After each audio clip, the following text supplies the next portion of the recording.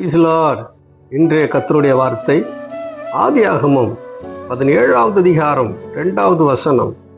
நான் உனக்கும் எனக்கும் நடுவாக என் உடன்படிக்கையை ஏற்படுத்தி உன்னை மிகவும் திரளாய் பெருக பண்ணுவேன் என்றார்.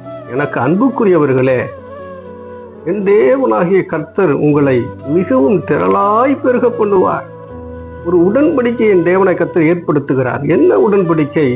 உங்களை நான் திரளாய் பெருக பண்ணி உங்களை ஆசீர்வதிப்பேன் என்று ஒரு உடன்படிக்கையை கர்த்தர் உங்களோடு வைக்கிறார்.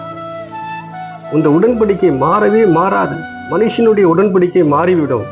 கர்த்தர் நிச்சயமாக கட்டாயமாக உங்களை பெருக பண்ணுவார். எப்படி பெருக பண்ணுவார்? உங்களை மிகவும் திரளாய் பெருக பண்ணுவார். சகல விதத்திலும் உங்களை கர்த்தர் பெருக பண்ணுவார். உங்கள் பிசினஸை கர்த்தர் பெருக பண்ணுவார். கைட்டு செய்கிற வேலைகள் எல்லாவற்றையும் கர்த்தர் பெருக பண்ணுவார்.